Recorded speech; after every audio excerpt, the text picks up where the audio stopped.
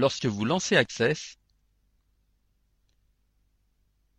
vous avez la possibilité d'ouvrir une base de données récente dans le volet de droite ou de créer une base de données dans le volet de gauche.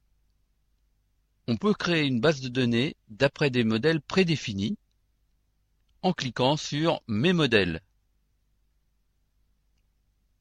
On obtient dans le volet de droite une liste de modèles.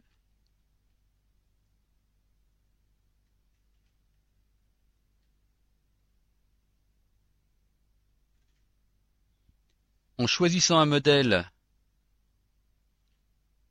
on nous propose le nom du fichier, ici bien ACCDB, et en cliquant sur Créer,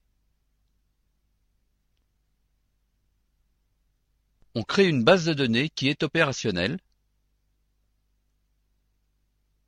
Cette base de données est opérationnelle, mais répondra rarement à tous vos besoins. Dans le volet de gauche, par défaut, on voit s'afficher les tables, les requêtes, les formulaires et les états. Ce sont ici les objets principaux associés à la table bien.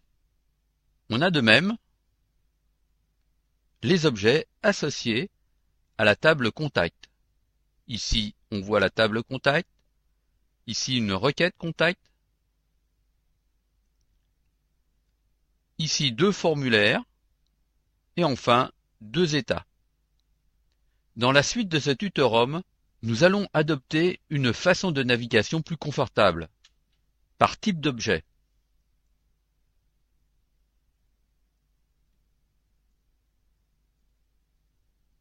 On a ici rassemblé ensemble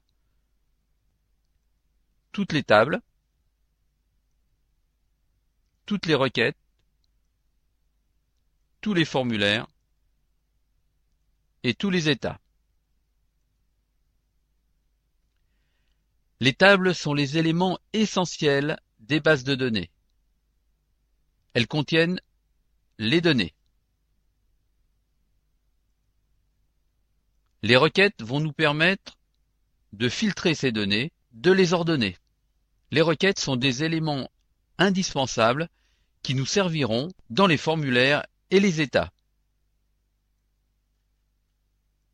Les formulaires nous permettront de visualiser les tables et les requêtes de façon plus confortable.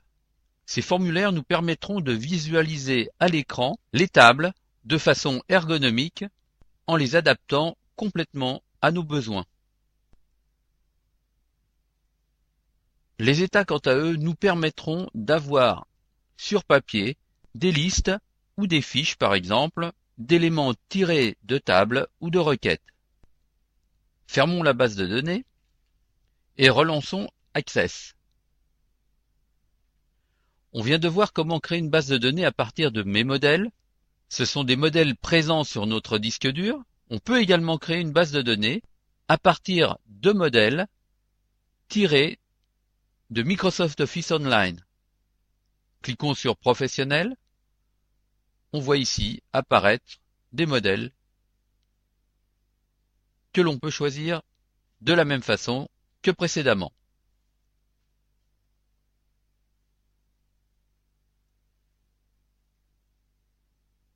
Et on fera télécharger.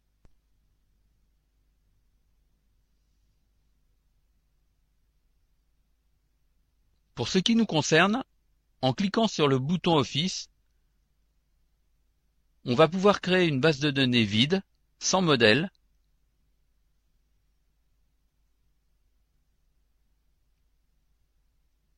Appelons-la VTC et cliquons sur Créer. Dans la suite de ce tutorum, nous allons pouvoir créer tous les éléments nécessaires à la gestion d'une base de données Access. En suivant les leçons de ce tutorum, vous serez en mesure de créer vos bases de données et de modifier des bases de données existantes.